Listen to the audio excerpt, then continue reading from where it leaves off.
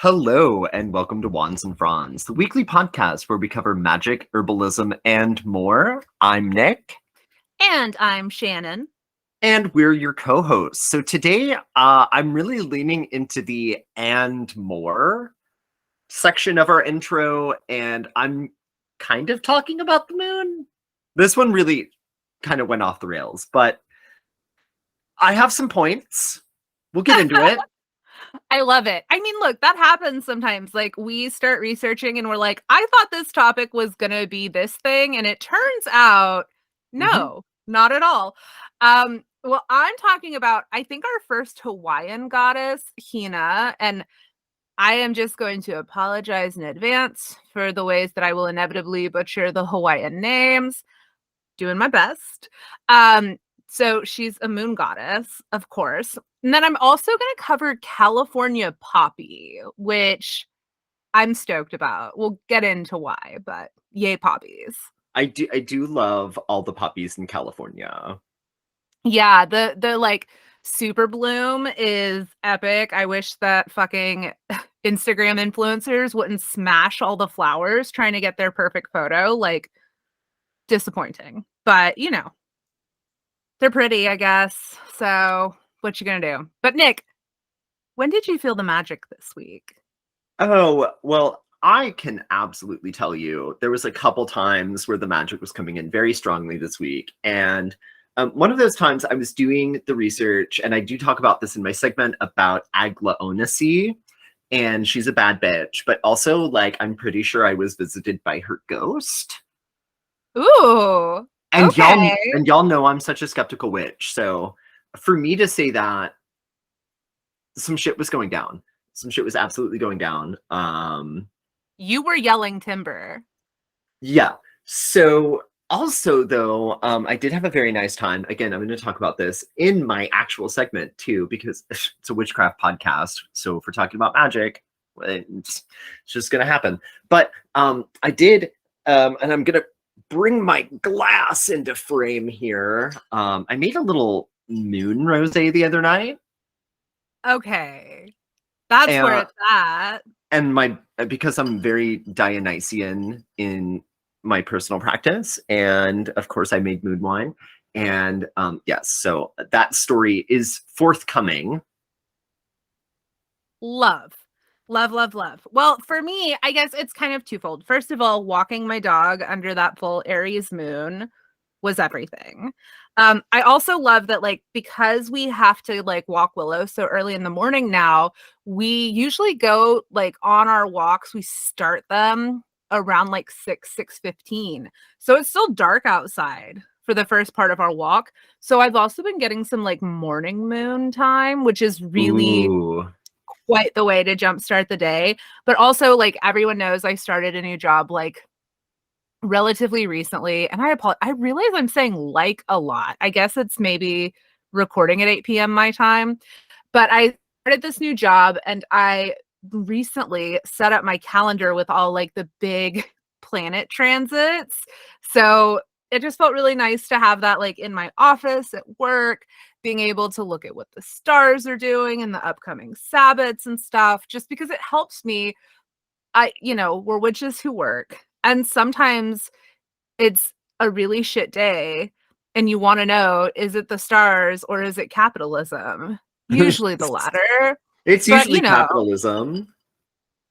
It never hurts to check. Although, like, I always have kind of questioned the vibe of like technology malfunctions during Mercury retrograde, but I have had an especially high number of technology malfunctions this last Mercury retrograde period. And wow, that was a doozy. Truly. Okay, but also, like, I say this with all the love. When do you not? That hurts. The truth hurts. The truth is stinging me right now. I'm so sorry. Well, enjoy your moon wine. Sit back. We're going to talk about poppies. Okay. So I think it's fun to talk about something that's native to California. That's where I live now. But also, I totally have poppy tattoos, which people on the Patreon can see. Like, as part of my half sleeve.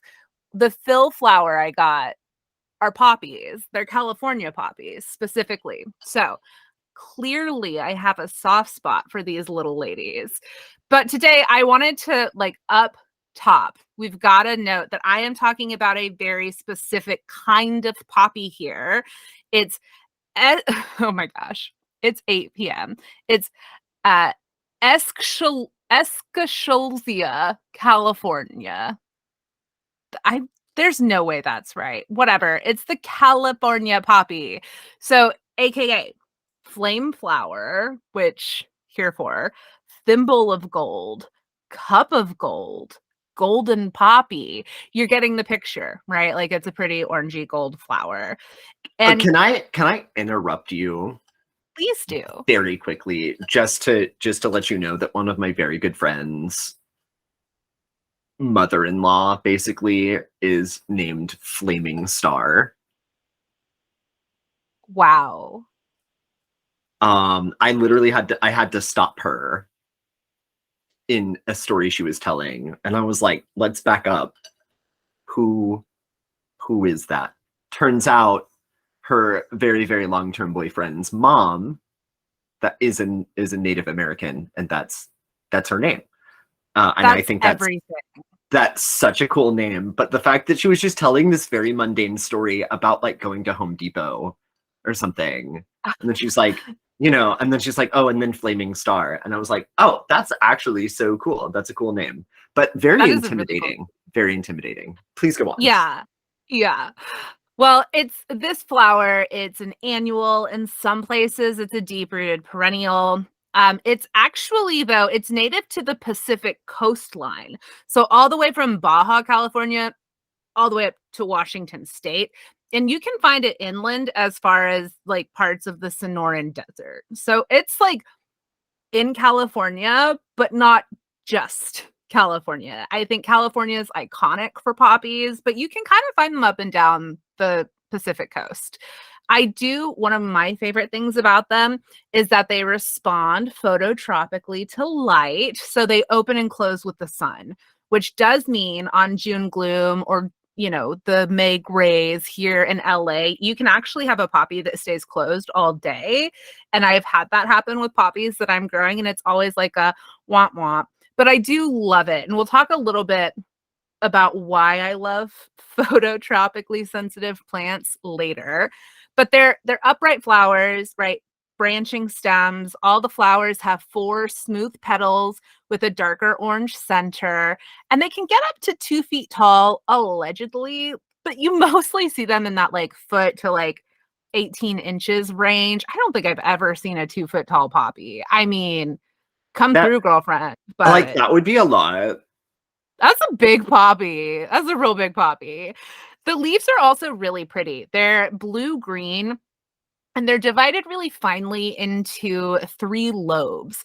They have this almost lacy looking pattern. Like, they're really pretty. I love them. I mean, they're not as fine as something from like the carrot or parsley family, but it's kind of that vibe. I do think the leaves are pretty. I have some poppies in one of my garden beds, and the flowers are done, so it's just the foliage for now because they're perennials for me here. But the foliage is so pretty that I'm not mad about it. Like, I think it's cute. So the technical term, though, just so you know, in case you are interested, for those like deeply the deeply divided lobes is ternate. So Oh, anyway, of course, just of so you know. course, of course. So one of the things that they're kind of iconic for is the way that their seeds spread kind of explosively. They literally can have seeds get ejected as far away as like 6 feet. So you might be thinking like, well, poppy seeds, they're small, but how the fuck does that happen? It's actually kind of cool. So the way it works is when the seed pods dry, they actually crack open at the top. So like a gust of wind comes in and the seeds go everywhere. It's almost like a dandelion, but it is more kind of like a one and done type thing because once it cracks open, like they're going. You've seen poppy seeds. They're super small. If you buy a packet of poppy seeds to plant at your house, they always have a packet within the packet, because if you just put them in that regular size seed packet, you would lose them all. They would just fall out of like the tiny little crevices. So the biggest difference though, and I really have to stress this, California poppy has a very important difference from other poppies, and that's the sap. Other poppies have a milky sap. California poppies do not. In general, it's not 100%, but across the board, if you're in doubt about whether or not a plant is good for you, if it has milky sap, almost always no. So, if you're in the wilderness and you don't have a guidebook, if it's got milky sap, probably leave it alone. But in general, I was just saying, in general, that's the rule. So all the way back, though, we're going to go back in time, Nick. The year of our Ooh. Lord, 1903.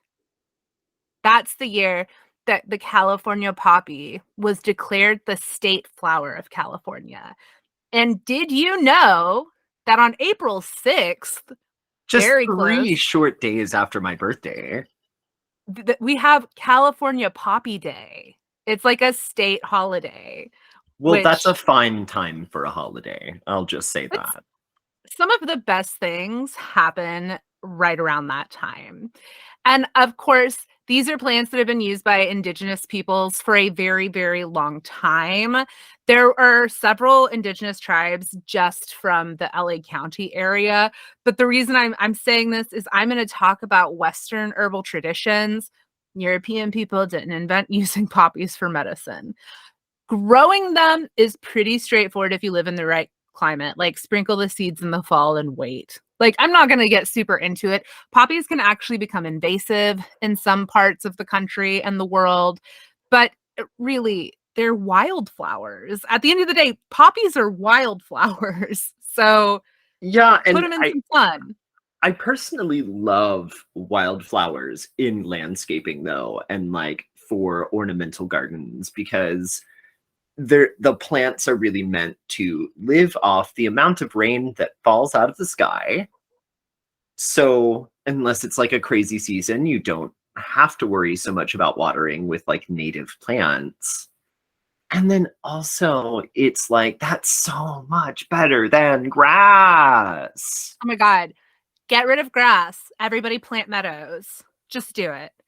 So harvesting them is interesting though, because some people will just use the aerial parts, but there are others that use it from root to tip. So it's a really choose your own adventure type thing.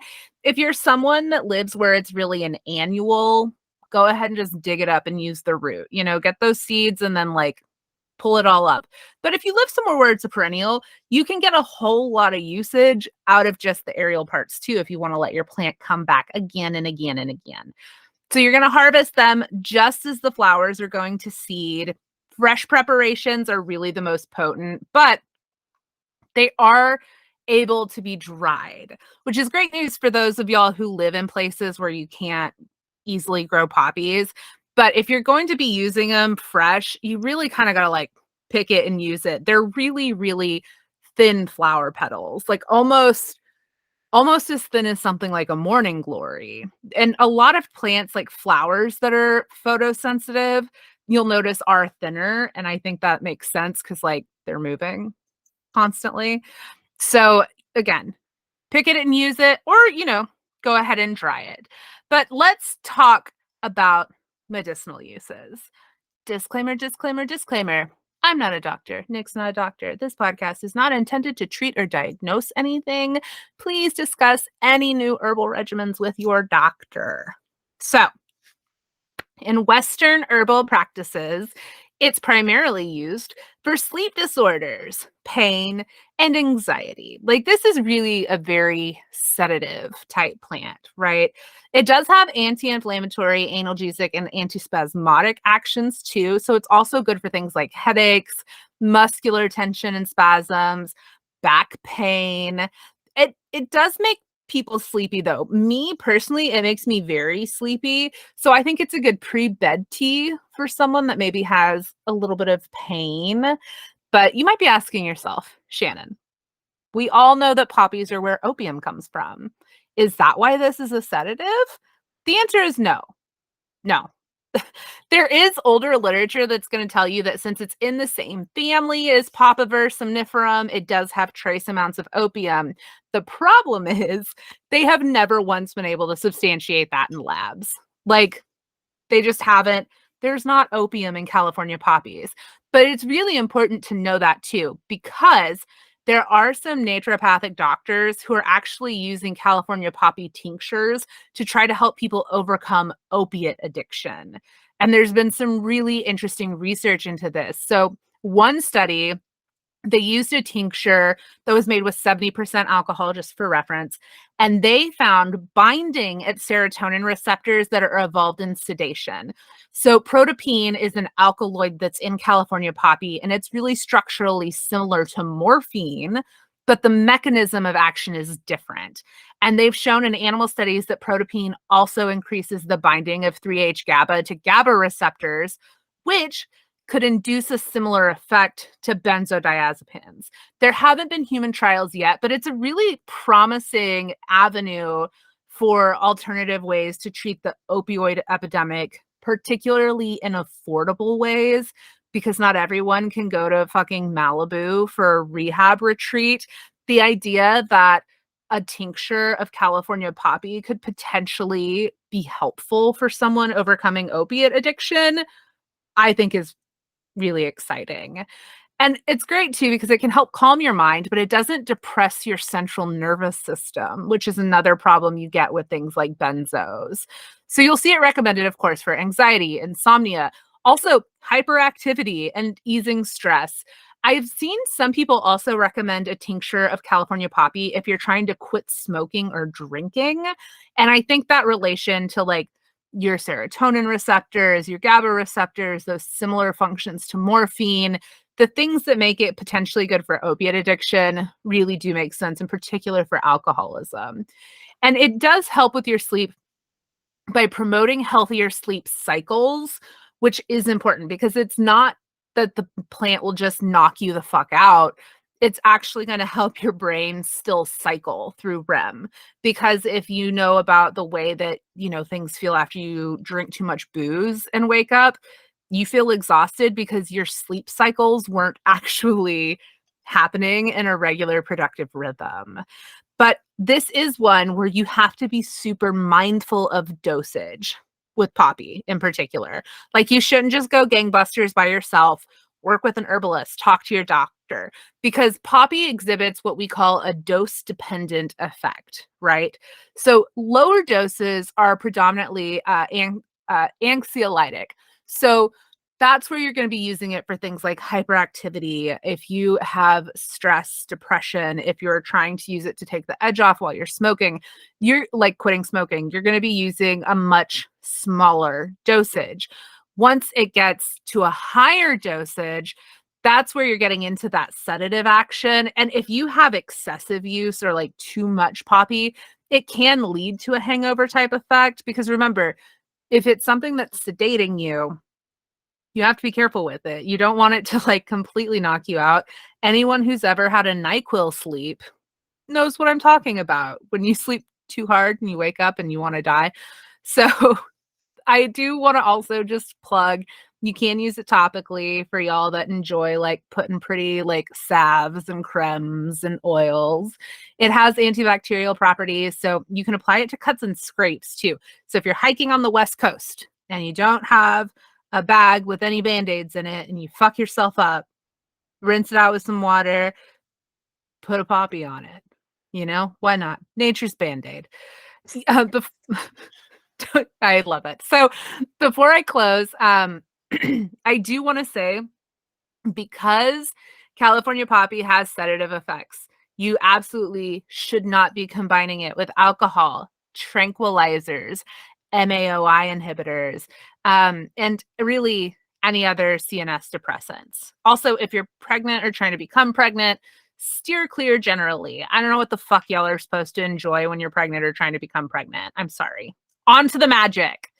So, poppies are associated with the planet Mercury as well as the moon and the water element. And I kind of talked about this earlier, but one of my favorite things about photo responsive plants, they all have this like really intense like water lunar energy to me, right? Because you get that like opening and closing, which feels very much like the shifting of tides, the way that things are just in flow. I love them. Poppies in general, though, they're used for magic related to love, sleep, money, luck, and invisibility. I always love when they throw a curveball in there. And I think a lot of the stuff that you'll find is specific to red poppies or, the opium poppies, essentially.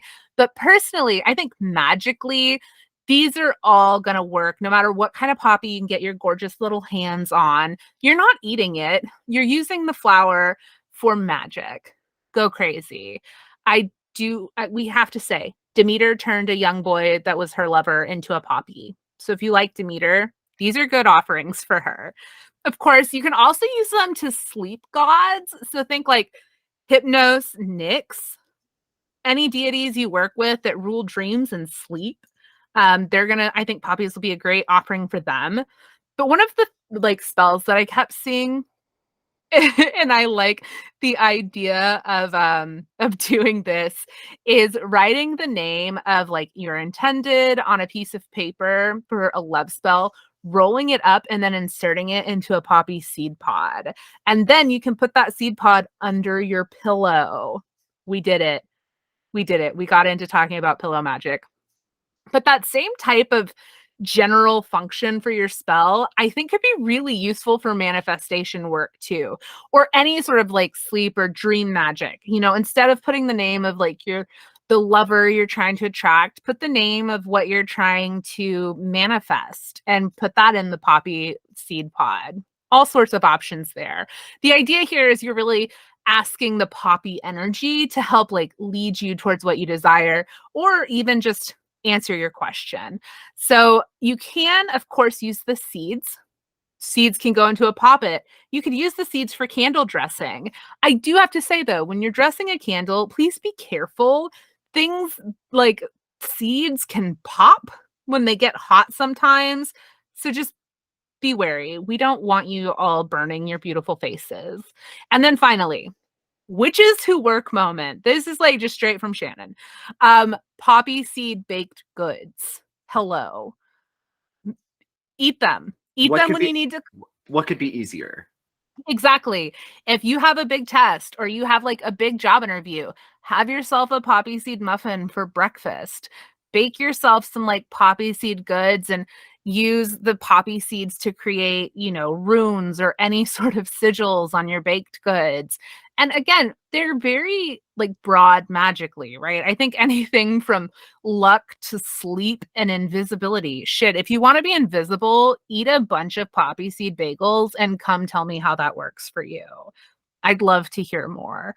So I just think it's important anytime you're working with a plant, just make sure that you're being, you're being really specific. You're asking the plant energy, you're being purposeful about it. And that's where the magic happens. It's the intention. So I think that a poppy seed muffin can bring just as much luck and manifestation magic to you as a poppy seed dressed candle or a dried poppy leaf dressed candle. It's about what you can do, what your intention is, and also just like remember that all of your magic doesn't have to be fucking Instagram worthy. So my sources today: herbarium, gardeningknowhow.com, witchinthewoodsbotanicals.com, and wikipedia.com. Ooh, love that. I also, um, just a few little footnotes from me. I am of Czech descent, and poppy seeds are a very popular ingredient in Czech baking, and I've always loved a good poppy seed kolache. Uh, Oh, fuck yeah. um, and I do think that culturally that resonates with me as well. But also, one of my favorite scenes, and something that I don't know has always stuck with me, is the Poppy scene from Wizard of Oz. Oh, iconic. Because Iconic. for some reason, and this is, this is how I became the person that I did. For some reason, I was always like, that kind of seems nice, though. Like falling asleep in the field of poppies. Oh, big same. I was like, I don't see anything wrong with this. That sounds like a fucking party. Like it kind of seems nice, and the little sleepy snow falling. I don't, I would do Beautiful. that. I would try that out. Nothing wrong with that. Okay, so moon magic, right? This week I was tasked with the very interesting task of writing a segment we've just been calling moon magic on the planner for some time now. I think you labeled it as full moon magic here, but I think it just said moon magic on the Google Doc. And I some mean, people are, yeah. and I think some people are going to be like, wow, what a big topic. And yeah, it was. It was a big topic. And some of you are probably saying, like, what are your credentials? Like, I want to see why you're such an expert on the moon. And I was a telescope boy as a child, and I passed many happy hours, bringing the various craters and shadows on the moon into focus. So do have that going for me. I've spent a lot of time looking at the moon. Okay, so I think the pipeline from like telescope boy or girl to witch is like it's a straight line. it really is a straight line, and actually we're going to be talking about that a little bit as well, because one of the fun characters I'm going to be talking about is ultimately an astronomer, as a historical figure. Like, that's kind of what they're known for. But I have a Cancer Mars, so I do have a very like moony personality, and that's sort of something that Cancer Marses are known for. Like, I kind of attribute that to being very sensitive to the changing phases of the moon, but it really just makes good sense to me that a lot of modern witchcraft is sort of based around the moon and has all of this like moon imagery, and like really a lot of practicing witches, if they're doing nothing else, they're like charging crystals under the moon. Yeah, I'm like, I love the tilt. I love that we're doing this tilt moment to show off my Shannon's moon paintings. my moon phase paintings as a full moon baby. I too love her. She's good. She is just very good.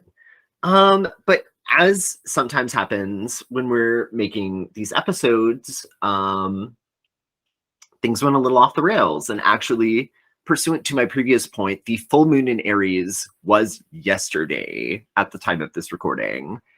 And as usual, I did have a hard time sleeping in the few days leading up to the actual full moon. So like late at night has been the time that I'm doing a lot of research for this and the ghost segments, because I also have this really cool thing called ADHD. So sometimes it actually helps me when we're double recording to like switch back and forth between my topics, for researching, and really to help me digest the other information that I've taken in.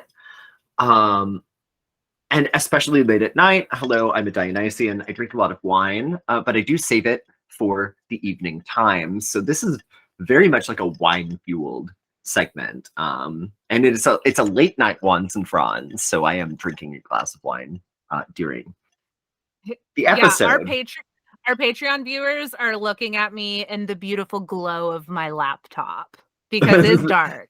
Same. But I think this is going to lend a bit of an unhinged quality to this segment, although maybe that's flavor. I think so. I think unhinged might be one of our brands. I guess we're just going to have to see. And so actually, I do think I had a bit of a ghost encounter, weirdly enough, while doing the research for the moon magic segment. So I'm actually going to tell that story really quickly again. So basically, as soon as I started to read my first article about aglaonacy, I literally was like getting chills. the lights in my room flickered, and I did notice that Faye, my black cat, had gone full raccoon tail mode. Okay, but what is it with black cats having the most expressive tails? I don't know. It's giving Halloween decoration, but like literally it was like every single hair on her tail was sticking out. It looked like a raccoon tail. And I wasn't exactly scared, you know. I'm like I live in an apartment in Austin, Texas, like, you know, we're chilling.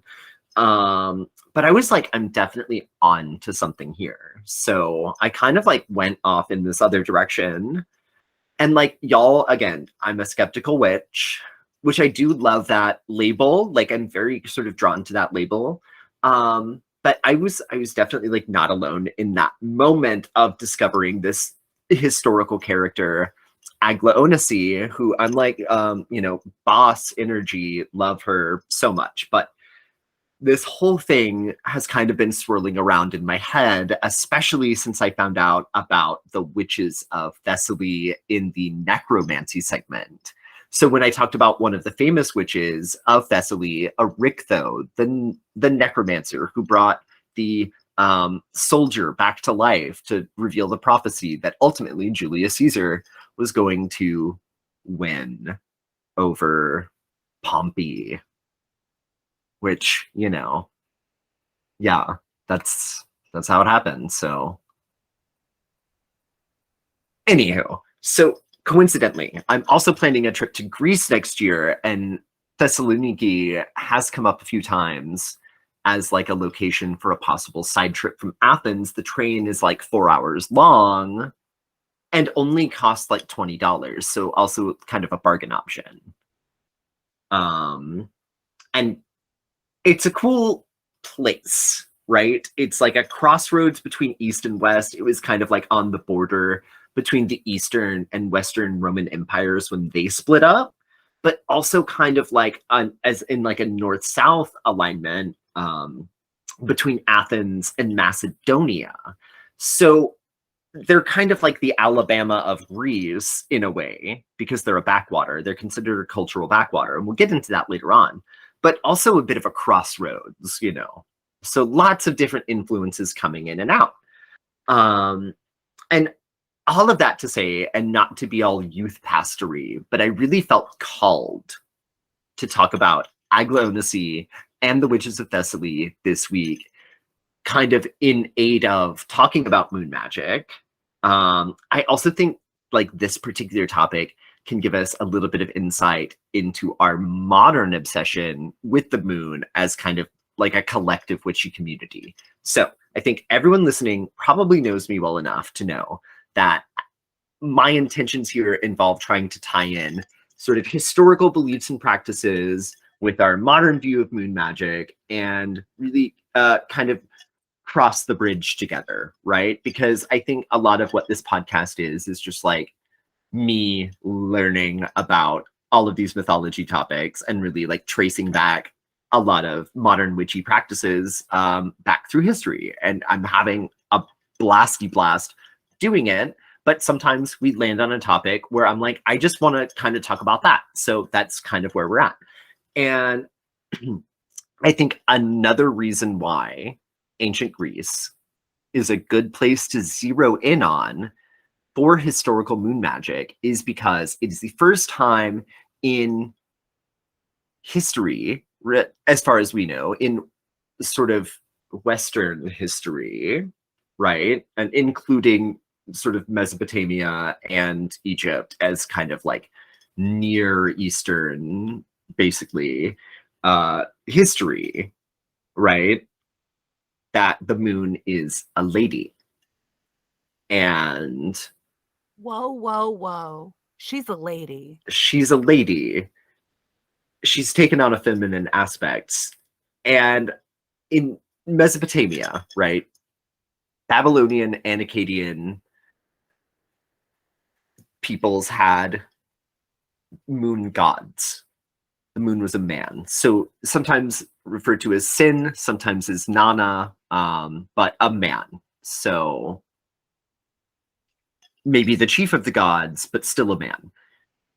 And my personal belief is that the moon has very feminine energy. So something that modern witchcraft has gotten right is sort of ascribing feminine energy and like water energy to the moon. That is very much the vibe that I feel from the moon as well. She might be a femme top, but underline femme. Okay. Yeah. I mean, again, we've talked about it before, but it is like, how long is a lunar cycle? How long is the average menstrual cycle? Right. It So the tracks. It tracks. it tracks. It absolutely tracks. The Egyptians also apparently made the same mistake. Their moon god Khonsu was a man. Which also Kansu sounds like it should be a Japanese deity. I actually kind of thought the same thing, and I'm glad you brought that up because I did not want to be too weeby, but I was like, yeah, Kansu. If it was, I think if you saw the spelling of it, you'd be like, oh, yeah, that's sort of like Middle Eastern adjacent. Yeah. But Because the, hearing it, I was like, because the KH combination really is sort of more that part of the world, but the sound of it, it does sound like a Japanese name. But that brings up a very good point. We want to talk about the moon and witches. Okay. If we're talking about deities at the center of their pantheon, like Kansu, like Sin, like Nana, right? That's definitely, to me, more just going to church.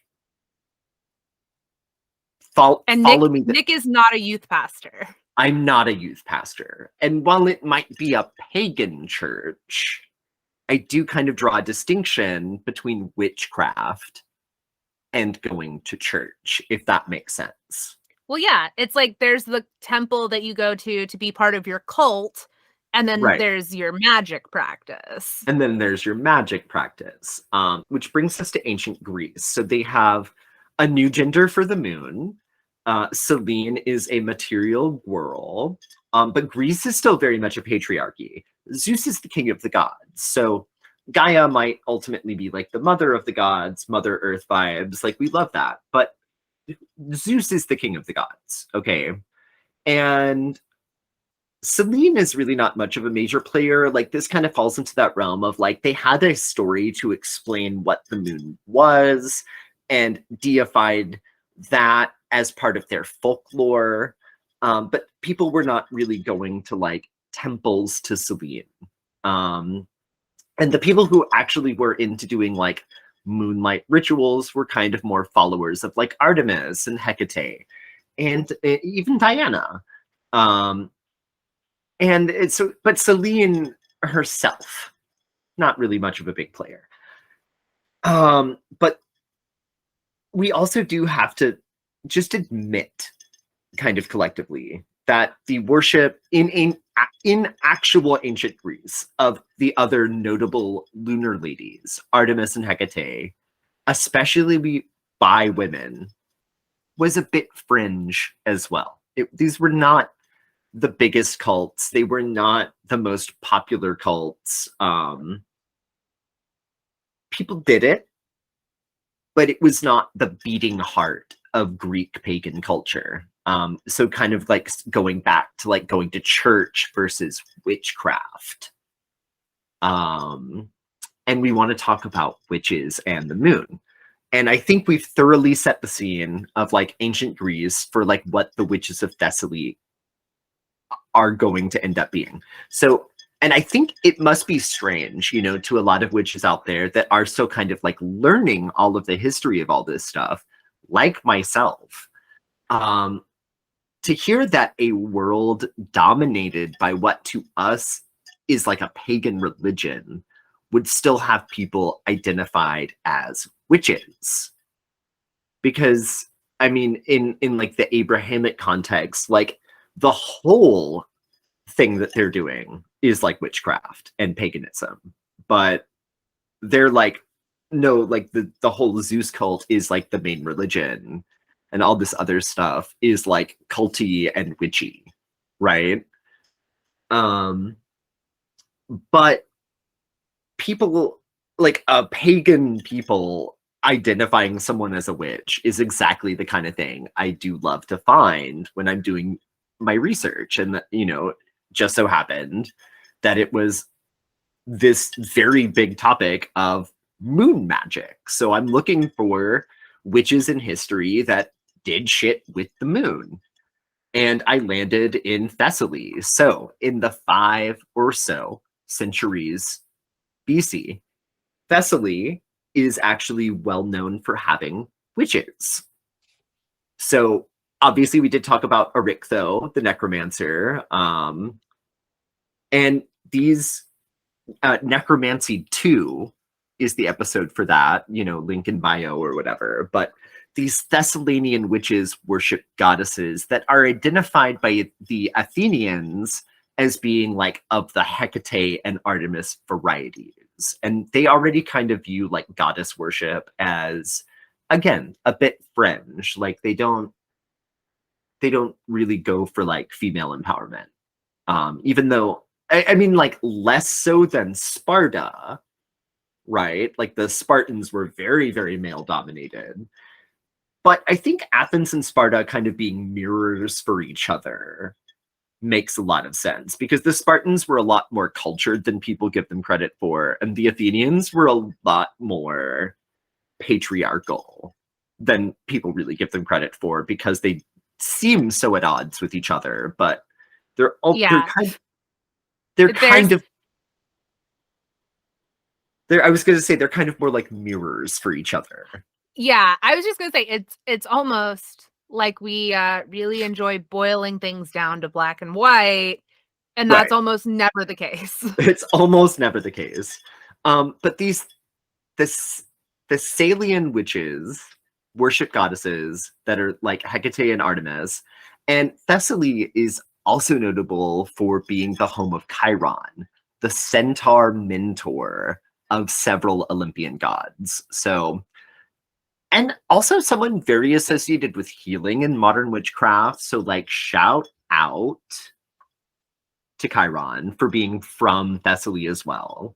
But the whole like Artemis Hecate vibes meant that there was a lot of moon stuff with these witches of Thessaly. And before I get there, there's just a bit more about the vibe of the whole situation that I really wanted to just like set the scene. So basically, there's a bunch of moon worshipping healer women in Thessaly, right? And the Athenians and the Romans kind of look down their noses at Thessaly for being old-fashioned. They're a backwater.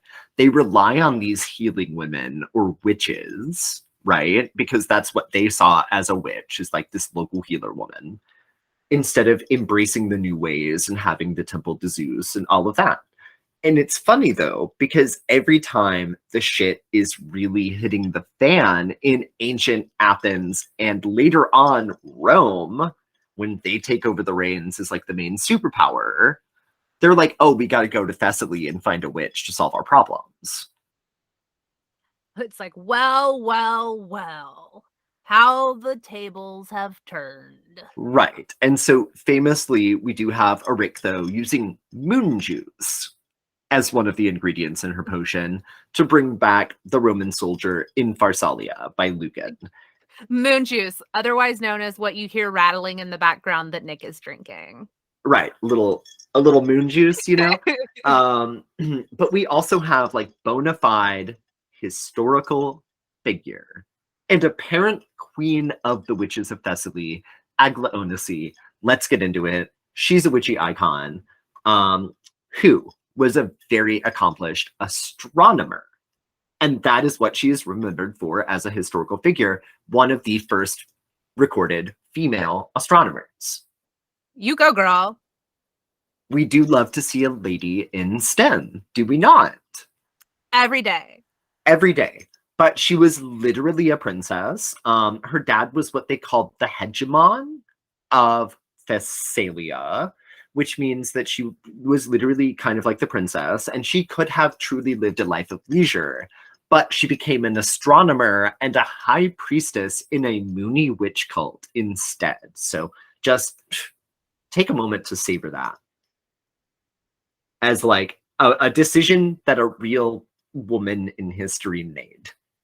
I love her and am deeply intimidated. I am too. I love her journey so much, though. She's known for one very cool witchy accomplishment, which is calling down the moon from the sky.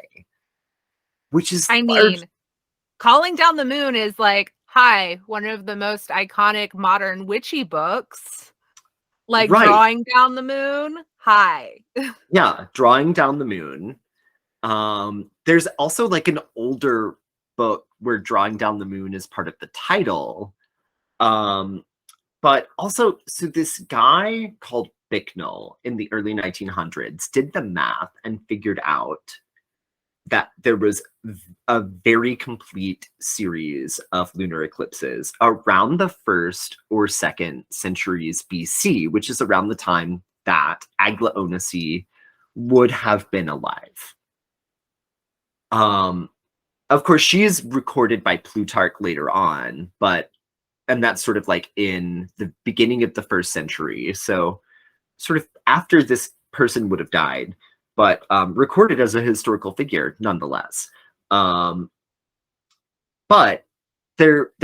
some guy in the early 1900s, Bicknell, basically did the math and figured out that there was some very, very, very dark lunar eclipses around that time because of what they call the Roman minimum, which was just part of the moon's natural cycle, like the very slow natural cycle of the moon where it gets closer and far away, to where it was just quite a bit. It was like the smallest it's going to be for a very long time, basically. And so when the eclipse happened, it was very, very, very dark, almost as if there was no moon. Because actually today, when we have a lunar eclipse, it's like red. You know, it's not like you can still see it, is kind of the thing. But hey, here's what I will say. Even if it was just that, I am a skeptical witch after all. I think the act and intention of doing the math and reading the star charts to plan out this ritual, not only showing off her power as a witch, but also the power of witches and women in general, is powerful witchcraft in and of itself. And it has been passed down for 2,000 years. Like this story of this witch queen calling the moon down from the sky. Everyone was so fucking impressed, and everyone was so jazzed about the witches of Thessaly, which I think is kind of why everyone kind of goes to them. Like, they can perform miracles, honey. They can take the moon out of the sky.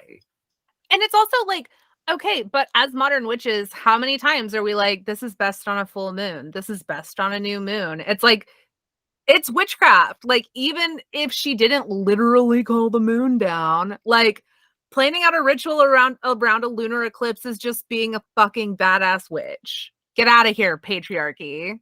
Get out of here, patriarchy. And the fact that all of this work was done basically in honor of Artemis and Hecate is also very like chef's kiss, you know? Like, and here's the thing though. The witches of Thessaly, quote unquote, really come to embody the stereotype of witches in general. That's what Romans think witches are, right? Like that's what later in medieval Europe, the accusations that are hurled around about people being witches are very much based on these quote unquote witches of Thessaly. They become sort of a dramatic device even, which is why they show up in so many of these like epics, which are like about actual historical events. But when you have to have a witch, she's gonna be from Thessaly, and she's gonna be like a weird lady that worships the moon. Yeah. I mean, she's what we would be considered. We're witches of Thessaly. We're just like weird ladies who love the moon. We're just weird ladies who love the moon. And I think moon worship embodies witchcraft as being the antithesis to like the organized religions, regardless of what those organized religions actually are, if they're pagan, if they're Abrahamic. Like Christianity, interestingly enough, there's books in the Bible, the first and second Thessalonians. Now, why do you think that is? For funsies? It's literally just for funsies. No, it's because Paul the Apostle, the guy who was like charged with spreading the gospel, was By like the himself. by himself, was like the first people I want to go save are the people in Thessaly, because those people are witches. Because even from the very beginning, Christians could sniff out a good time and fucking cover it in a wet blanket. Absolutely, absolutely. But I do think going down this little side street of research really brought into focus sort of where I'm at in my own craft and where I really feel centered in sort of like a wilderness-based Artemisian, but also Hecatean, because we love the spooky vibes.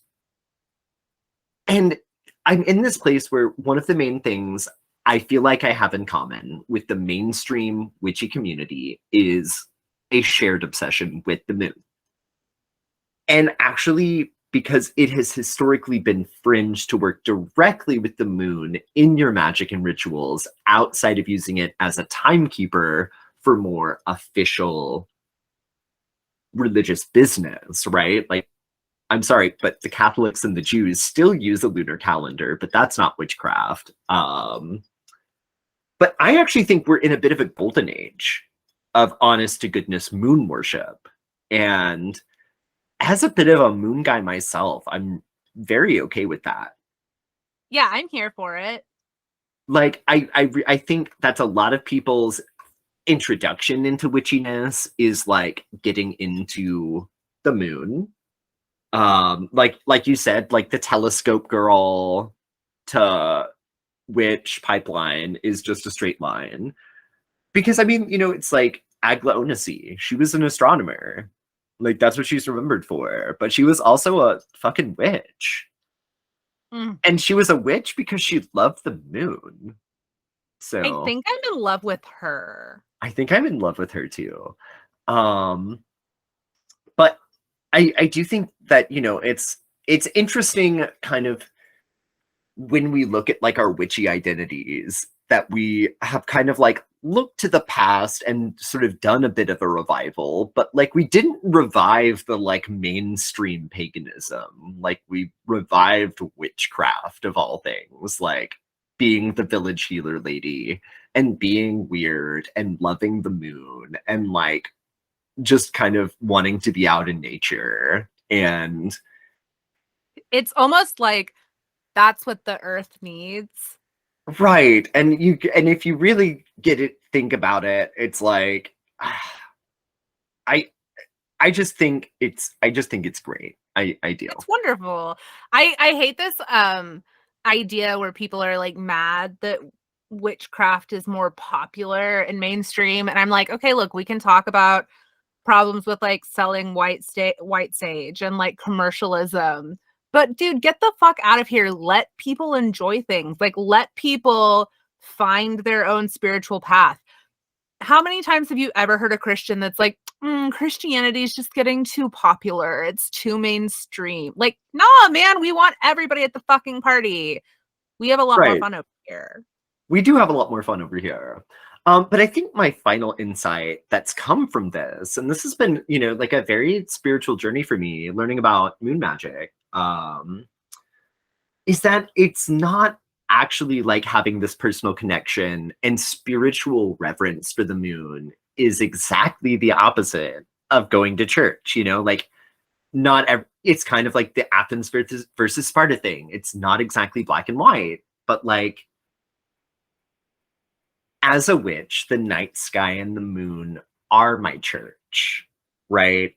And as something of a nocturnal person, it's also important as the backdrop to my waking life.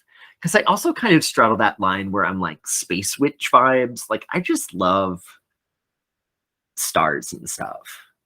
Um, Well, we are on a floating rock in space, so I feel like it's normal to be interested in other planets. so kind of to round out this segment, so it's not a mile long, some moon highlights from my recent life. Feel free to pitch in, Shannon, if you have any good moon moments that you've had recently. So the other night, I was out on my patio with a very nice bottle of rosé prosecco under the full moon. Of course, it was in a clear bottle because that is the vibe. And I am a Dionysian, so it should surprise no one that I'm out here doing moon wine instead of moon water. And yes, I did leave half a glass out as an offering at the end of the night. And yes, I did pour it into the dirt the next morning. Thank you very much. Good girl. But here's the thing about that story. And shout out to all of my depressed witches out there. The really cool thing was that in that moment, when I was having my little moon prosecco, and I was, sort of wearing white. So I'm like literally glowing in the light of the full moon, which love that. Would recommend wearing a white outfit when you're hanging out in the moonlight. 10 out of 10. Or just being a fucking pale, naked bitch. Or just being a pale, naked bitch. Yeah. But, I'm not as pale as I usually am right now. But yeah, that's the problem. You're a golden god right now, so you're not able to glow under the moon in your flesh. Sorry. Right. But no, I did have a little bit of serotonin as a treat in that moment. Ooh, and just a little as a treat. I did feel very good and even downright euphoric for the rest of the night. So 10 out of 10.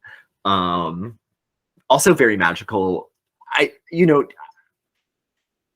Not to say that the moon cures depression, but I think all of the depressed people out there know what it is like when your brain drops a little grain of sand of serotonin onto itself and you're like, oh, I feel good for a second. Yeah, it's like you're in a vice grip and it took like one like smidge of a turn loose. Right. But so also recently under the Aquarius full moon, I was literally on the beach in Mexico for that, watching the moon rise over the jungle. I took a very shitty picture of it on my phone. Shout out to the moon for being ungovernable. Like, she will not photograph well. Her and black cats. And I love that. And they're both things witches are into. We can think about that later. But I do believe that watching the tide come in that night was one of the more powerful experiences of my life when I really just like felt connected to everything. And 10 out of 10, very magic. Okay. And I was actually doing a lot of work around like letting stuff go around that trip, which was actually bringing me to this whole Chiron healer woman, which is a Thessaly thing again. So the moon is literally a free and universal source of spiritual energy, which you can absolutely be channeling in aid of your emotional well-being. And I'm happy that people are getting into that. So, and this is really where the whole like belief thing comes into play, because I could literally go on all day about how I feel, but that proves nothing. And what I will say is that I never felt even a morsel of anything supernatural or spiritual when I went to Christian church.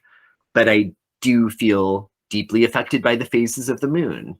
I feel a spiritual connection to the moon. I'm obviously drawn to very lunar deities. And I just feel like that's part of like my identity in the witch space. And I'm, like I said, I'm excited to see that it's popular. And, it's like people make TikToks about making moon water. And I think that's okay. I think that's good even. Like, spread the gospel. Like, the witches of Thessaly are kind of back with a vengeance right now. Like, our modern sort of witchy movement is really drawing upon that for inspiration. Like, they used to be the bad guys in the story and like the creepy ones, but it's like we all want to be her. Yeah. It's like we're all in our villain era, but the secret is our villain era is actually us just like being healthy and loving the moon and having boundaries and saying fuck you capitalism. Right. I mean, I think for me it's like getting really into tracking the cycles of the moon has been really grounding for me. And I think that that's how it kind of like it's seeped into, of course, it's like part of my magical practice. I'm always checking the moon. Every night when we walk our dog, we like look at the moon. I love nothing better than a sunrise moon. But I think for me, it also just, it's like, and this I think is magical because it's like being well emotionally is magical. I have horrible like anxiety, existential dread, like, and I also have periods of like dissociation because of my brain being a fucker. And I really, for me, have found that like connecting with the lunar cycles helps me so much like stay present in ways that are like, it's both good for my magical practice, but also just like good for me as a person. Something about that and like the cyclical nature of it and being able to depend on that same cycle repeating is almost like an anchor for me in my brain, if that makes sense. Well, I think it does also kind of go back to like the moon's original role was a timekeeper. Yeah. Like, that is what people first used the moon for. And it's like, I'm sure some people out there, like, you didn't even get into Celtic shit at all, or like Norse shit at all. And what I will say is that we have some evidence that the Celts used the moon for timekeeping based on the locations of their monuments. Yeah, that's true. But knowing that they used it as a timekeeper is not groundbreaking information because they didn't write anything down. So, And it's also like, it can be both. Like, I feel like the yeah. moon is very much both for me.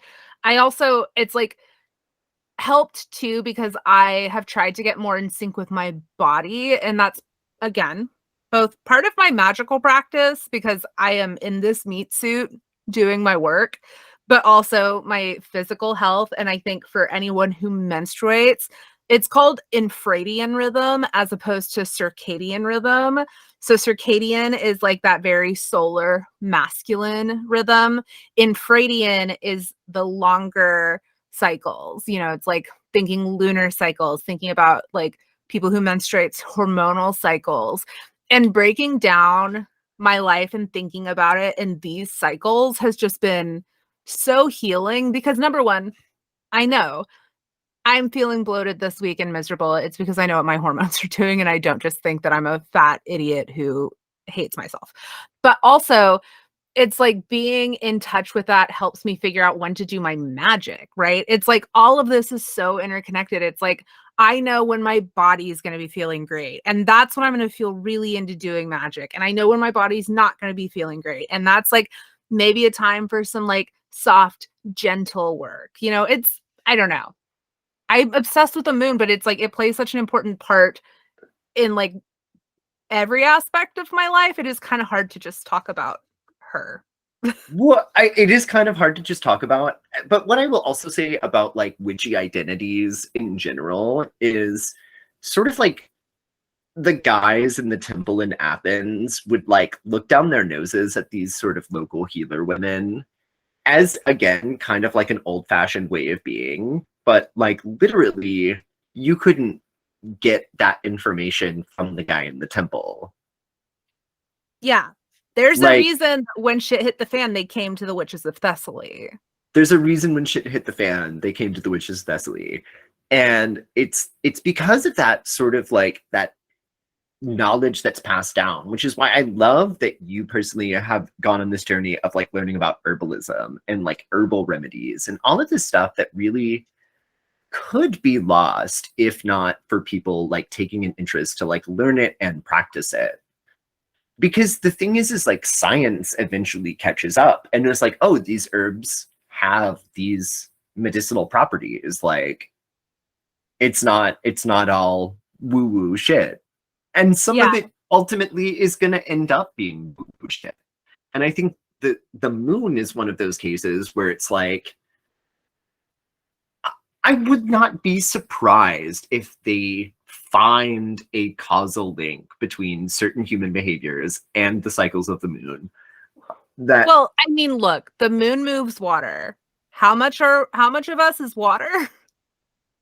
right. I mean, it's ludicrous to think that there's not something to that. And also it's kind of like when you find out that people don't imagine like a scene in their head when they're reading. I don't get it. Like people who can't imagine pictures in their mind's eye. I Right. But it's like people who can't feel the moon. I don't understand. Like I personally I can't conceptualize it. I can't wrap my head around it. I feel the moon very strongly. Big thing. And and it's like literally I will have times where I'm not keeping track and I'm like, "Oh, I can't sleep. Oh shit. Oh yeah, it is that time, huh?" Yeah. Uh Yeah, it's me and Willow. Willow also gets really restless right around the full moon. So it's fine. She and I are awake together. but okay, so we have a little dessert. A little dessert. So we're talking about Hina, and I want to start like up top, y'all. Hawaii is a colonized island.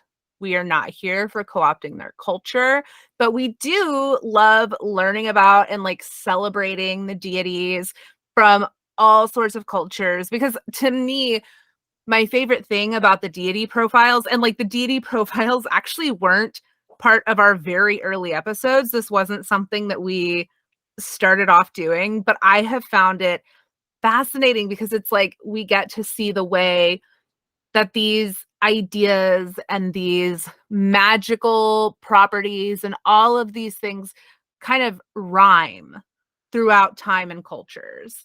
So let's talk about the goddess Hina. So, like so many moon goddesses, she's also the goddess of the ocean and of motherhood. She represents female creativity and productive powers in the physical world, like being able to create humans. And a lot of Hawaiian genealogies trace back to the first god, right? Ku and Our Lady here, Hina. And there are actually a lot of forms of Hina. And one of the forms, which is the one we're talking about today, is Hina feeding on the moon or Hina ai a kamalama. I think that's right. Hina ai a kamalama. I'm really genuinely trying. So, but the Hina feeding on the moon is probably the most worshipped. So she's also, fun fact, said to be the mother of Maui, the trickster. She's also the goddess of corals and the mother of the pig god Kamapua. So we're here for it. Pig gods, Maui's, lots of fun. So one that you see over and over though, like one of these stories, because we have to remember, like Hawaiian mythology, similar to a lot of mythologies, is kind of tricky to have one through story because it's such a heavy oral tradition. And also, how many islands are there? Like in Hawaii and Samoa and Fiji and all of these places that end up sharing a lot of these stories. Well, and it's kind of like a story is a living thing if you think about it that way, in that it mutates over time Yeah, and it it does. fills the space that it needs to fill. And it And works. it's very much like Darwinism in action, where it's like if you had a bunch of different islands and you'd had the same version of a bird, the one on the island on one end might be like very, very different from the one on the island on the other end, but you can see how it changes, where it Yeah. branches off if you dig enough, which I think is what we're doing in this podcast. Yeah. Digging. So We're digging through we're mythology. digging. And one of the stories that we have found on our dig is this story about Hina making bark cloth. So bark cloth is really, really beautiful. I have seen some beautiful examples of bark cloth. Give it a Google. We had a bunch at LACMA, and they did this great exhibition on Fiji, and there were so many examples of bark cloth. But Hina is said to have made the best bark cloth in all of the islands, right? So people every like second of every day, she's toiling away making this bark cloth. People can't get enough of it. And one day she's like, yeah, fuck this. She was tired of it. She was working herself to the bone. And so she packed her shit and she traveled up a rainbow to the sun. I love the rainbow travel in this story. But she gets there and she's like, fuck, this is way too hot. Like, I am not here for sun life. So the next night, which happened to be a full moon, she takes another rainbow and takes her ass over to the moon. So in some versions, her husband is outraged that she's fleeing to the heavens. And when she tries to leave from the sun to the moon, he grabs her leg and eventually like fully pulls it off like a lizard. Rude. Very rude. And in those versions, she still gets to the moon, and some natives will call her Lono Moku or the crippled Lono. But there are also, again, there's stories of Hina from like New Zealand, Samoa, really almost every Polynesian island has some variation on the tale. So this is really just like the story of how Hina ends up on the moon. There's also, again, it's like there's the stories about how she ends up bringing coral. There's some stories related to her like being a bearer of food. But this one about her traveling on rainbows to the sun and then leaving the sun to go to the moon, I just thought was really sweet. So I am, again, this is really introductory, keeping it kind of shallow here just because in Hawaiian deities, like this goddess has so many like different versions that it's like it's kind of a lot to get into. There are a lot of forms of the various deities. So anyway, I thought it was fabulous. Hawaii is beautiful. I think that this is a great story because I love the idea of a moon goddess who just like fucked right off because household labor is a bummer. And like, who has not been in the middle of washing a billion dishes and thought about fucking yeeting yourself off the face of the planet?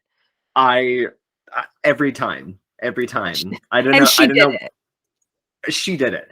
I don't know what She it did is it. about. I don't know what it is about my brain, but like I just cannot do the dishes.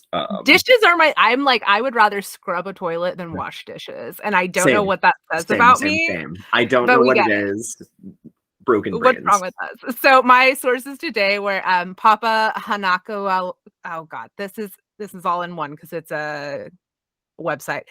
Papa Hanakuo Kuaola, sorry, .org, cycleharmony.com, and sacredtext.com. It's hard to read the Hawaiian when it's all smashed together in a URL. I'm sorry, I don't know where the word breaks are. Well, you Anyway, guys, the bitter end. Do we want to do quick asks or do we just want to roll right into it? we can do quick asks, guys. Like, rate, review, subscribe, download the episode, 5 stars. Join us on Patreon, patreon.com/wands and bronze pod. You can see me very casually tilting my laptop to show off the moon paintings I did last year. You can see my cool new piercing pillow that's covered in mushrooms that has a hole in it so I don't smash my Oh, base. that's such a good idea. Isn't it great? And so I just got my helix done, but I can sleep on both sides because I have a lot of ear piercings. And the hole in it, it looks like a hernia pillow, but it's I was smaller gonna and it's say it looks like a hemorrhoid ring. No offense. no, it's fine. But it's really small because it's made to go on top of your pillow. Right, So it right, like right. makes a little Just for your ear. just for your ear. So yeah, those are the types of very important things you can see if you joined us on patreon.com/wands and bronze pod. So Nick, take it away. All right. So you guys, this week we're back to using the little kitty deck. Look at her. It's Aquarius. Hey The girl, the water bearer. that's perfect. I thought it was pretty perfect, huh? Um lucky numbers this week, 3, 4, 9. Damn. Okay. I never do those, but they are on there, so why not? And today has none of them. But okay, so this week, and I just want to show off this card too. You guys got Judgment. Oh Which is- shit, that's a Look at good judgment card in your dragon deck. yeah. I'm gonna tilt it so it's like a little less. But yeah. Anywho, so Judgment, right? Like you're being called upon to do the most. And what do I mean by that? It's like you know in this current situation that you could dominate and you could really kind of be being called upon to be the best version of yourself in this situation because maybe you're not doing that currently, and so you really need to like give it 110%. Like that's what this tarot pull is telling me for you. So do it, do that, go I love it. Aquariuses. But also I would say like this card does have sort of a lot of side meanings, and it's like I would say I'm trying to take like a positive slant on it. Do it. Do it. Nick, you deliver too much bad news. I delivered too much bad news. If you're It's like feeling the good news, trust it. I am feeling the good news, and I'm like, no, I think you guys can do it. I think you're not doing it, but this is sort of your call to like actually put in the effort because if you do, you'll slay. Yeah. Come back down to Earth, space babes. Get to work. That's true. Aquarius is our kind of space babes. Um, Also, I would say trust your intuition. Like you know what the right answer is too. Kind of going back to like you're being called to like actually put in the effort. Like Yeah, and you never respond to text messages, so it's not like you don't have the time. right. Um, and all of that to say, what do we say to all of the Moony bitches out there? Mm. To you Moony bitches. Blessed be you Moony bitches. Blessed be you, Moony bitches. Bye. Goodbye now.